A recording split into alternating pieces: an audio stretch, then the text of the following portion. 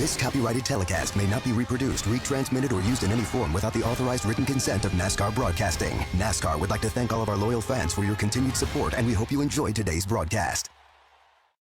That's pretty good evidence up there. You saw. Oh, and in the wall. The 63 of Justin Jennings. Well, that yellow truck, John West Townley did a nice job avoiding that 63. John had to go to the back of the pack for the start because of unapproved adjustments. That was hard contact into the outside wall for Justin Jennings. Driving that number 63 truck. He probably got some help. I noticed another truck was right behind him. He was running in the 19th position. What's right side of your screen? It's hard to tell. Maybe he just got... That other white truck maybe it made some contact with him. He was trying to race under the black truck there just ahead. Oh, a little contact maybe got loose on the inside of the black truck as they raced off turn 4. That's what it looked like. See if we can take a look from behind. The 51 of Bubba Wallace has led pretty much since the drop of the green flag. His truck has been a little bit tight in 1 and 2, pretty good in 3 and 4. It's going to be 4 tires, Sunoco fuel, only air pressure adjustments for the 54 of Bubba Wallace. Oh no, another truck. Slow, that's around Caroga in the 77. Slow getting onto that access road. No reason to stretch it right here either, guys. The leaders have pitted. Why not come to pit road and get your... Look at how long this stop is for the 54. Jack on the left side, back up on the 54. Phil, you nailed it. We don't need any mistakes. We made some mistakes on our gas mileage, as you see the stalled 20 truck. Also, Caroga going slow, and then a slow pit stop for our leader. Maybe that left rear tire wasn't on when they dropped it. I see a bent left rear fender there. I think he has damage on that left rear quarter panel. Harvey, what went on with that 54? Oh, he tried to go and the tire wasn't even on, so... But the jack was dropped, so that is his signal to go. Right. Listen into the radio and what took place on this stop. Stop! Lift it up, guys! Lift it up! Bubba, help him lift it up! Get that jack under! There you go! So much time on the restart, and now he's passing some trucks. You did a pretty good job doing it, too. Ryan Blaney in the 29 trying to hang on to that second spot. Oh, Eric Jones was slipping around down there in turns 1 and 2. A couple of trucks getting a run on Jones. Crafton trying to do something he had never done before, win back-to-back races. John Hunter Nemechek able to get by the 29 of Ryan Blaney, and Hunter Nemechek seems to be closing in on that 88. Oh, and into the wall goes the 07. So Ray Black Jr. And he was on the lead lap. He was being shown in the 6th position. Tough break for him. Caught a great break with not being on pit road yet, staying on the lead lap, and now that break out the window. This will allow all those wave around trucks now to get in front of the lap down trucks. So when we get the next restart, everyone will be able to line up in order. See him driving down on the outside of Cole Custer. Cole gets a little bit loose on the inside, makes contact with Black. Oh, what a shame. Sends him around. Could be some damage to the right front of that 00 of Cole Custer. Welcome back to Gateway. A huge hit by Matt Crafton in turn number 4. Wow, he had just grabbed the lead from John Hunter Nemechek, and it looked like he was driving away from those guys. Very similar to how his truck looked at Dover. Just a couple races to go. Matt Crafton had just taken the lead away from John Hunter Nemechek, and then John Hunter Nemechek and the 51 of Eric Jones were fighting for the second spot as Crafton looked as though he was getting ready to pull away, and coming into turn number 4, he just turned right hard. Take a look at this. Something happened on the right front of that truck. Watch this. God, scared me to hit so. Look at that. Yeah, just would not turn. Had the look of a right front tire going down, and you know, we'd run a long ways here. We haven't heard any reports of... He'd run about 60 laps, so we get a lot of brake heat here. It could have melted the bead on that right front tire, Michael. And also racing along behind John Hunter Nemechek, he was on the brakes probably more than he... Spot now as they close the gap between themselves and that 8 of John Hunter Nemechek. Nemechek was really slow off turn 2. It gave Caroga a chance to run by him. Is there a problem on the 8 truck? Something's wrong with the 8. I think the left rear tire. There he goes. Around goes John Hunter Nemechek. The left rear tire went down. That was some of that intense racing between he and Caroga. I think he finally got it up against him and cut his left rear. Not a lot of damage to that truck. No, left rear, something's down. Yeah. That's all right. That's all right.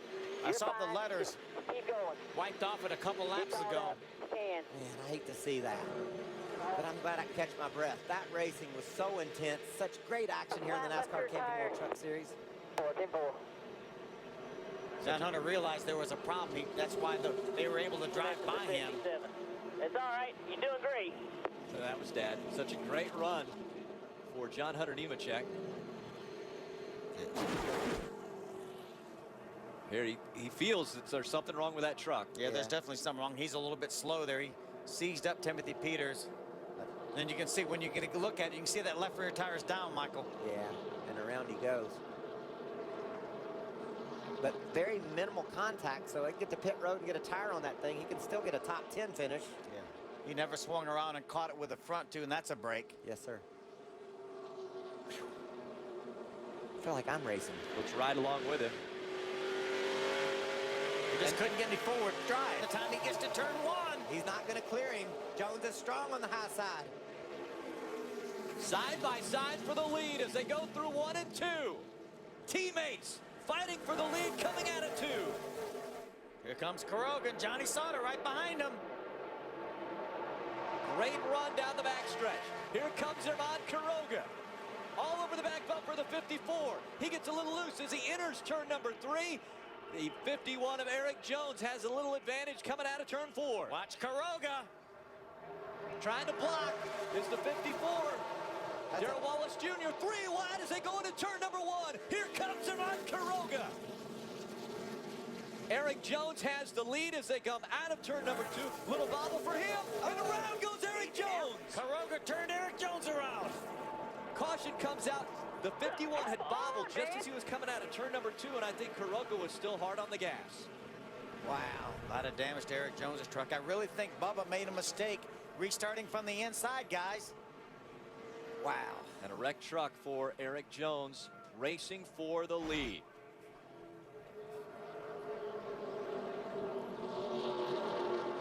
What a... See, way up on top of your screen, that was the contact. 2 by 2. Herman Kuroga on the inside. Darrell Wallace Jr. on the outside. Green flag back in the air. 3 laps to go. Bubba's right there. Another great restart for Darrell Wallace Jr. This time on the high side. Can he make it stick? Kuroga was getting loose down there on the bottom. Look at Johnny Sauter peeking to the inside. They make contact as they go down the backstretch. Now Herman Kuroga checks up as the 54 has the advantage. Look at Timothy Peters around the outside of Johnny Sauter. He's going to grab 3rd and go after these 2 leaders. This time by 2 laps to go. Darrell Wallace Jr. in front of Herman Kuroga. Timothy Peters and Ron Hornaday. Remember, we've seen guys make contact on the last couple of laps here. Sent us to overtime several times here in St. Louis. We have a couple side-by-side battles up in the top 10. Cole Custer, the double zeros on the inside of Hornaday. And Kuroga closed in on our leader, Darrell Wallace, off turn 2. This time by, they're going to see the white flag one more time around. Darrell Wallace Jr. looking for his 2nd win. Herman Kuroga still looking for the 1st win. Looks like Joey Coulter got bounced off the wall coming off of 4. Going into turn number 1, the gap is 3 truck lengths. Now here comes Kuroga, closing that gap up as they go down the backstretch. What a strong run off turn 2 Kuroga had. Hooked that bottom perfectly. He's going to get to the back of Darrell Wallace. It's going to be close as they come through 3 and 4. Herman Kuroga, Darrell Wallace Jr. Coming out of turn number 4. Will he have enough room? Darrell Wallace Jr. is going to hold him up. Darrell Wallace Jr. wins again in the Truck Series.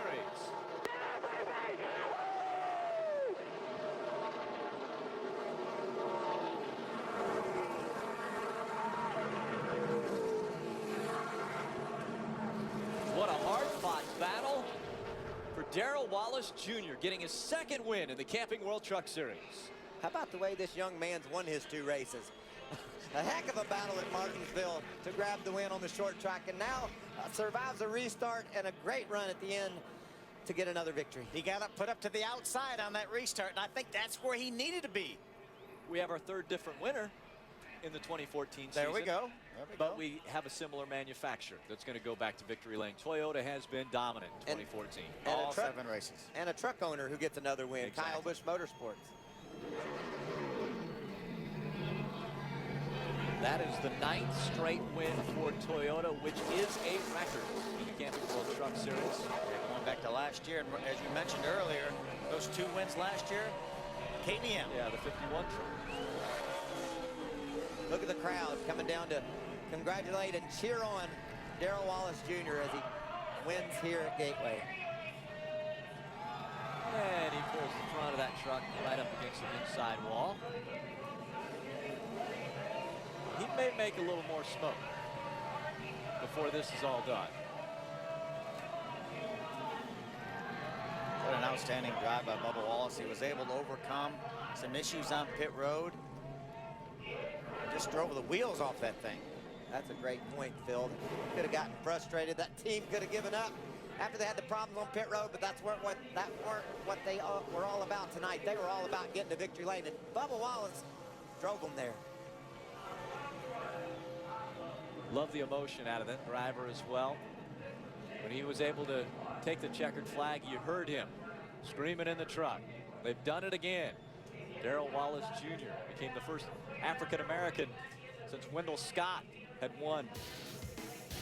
And now, once again, back to victory lane. Let's sneak out to the LA studios of Jay and Dan at Fox Sports Live. This copyrighted telecast may not be reproduced, retransmitted, or used in any form without the authorized written consent of NASCAR Broadcasting. NASCAR would like to thank all of our loyal fans for your continued support, and we hope you enjoyed today's broadcast.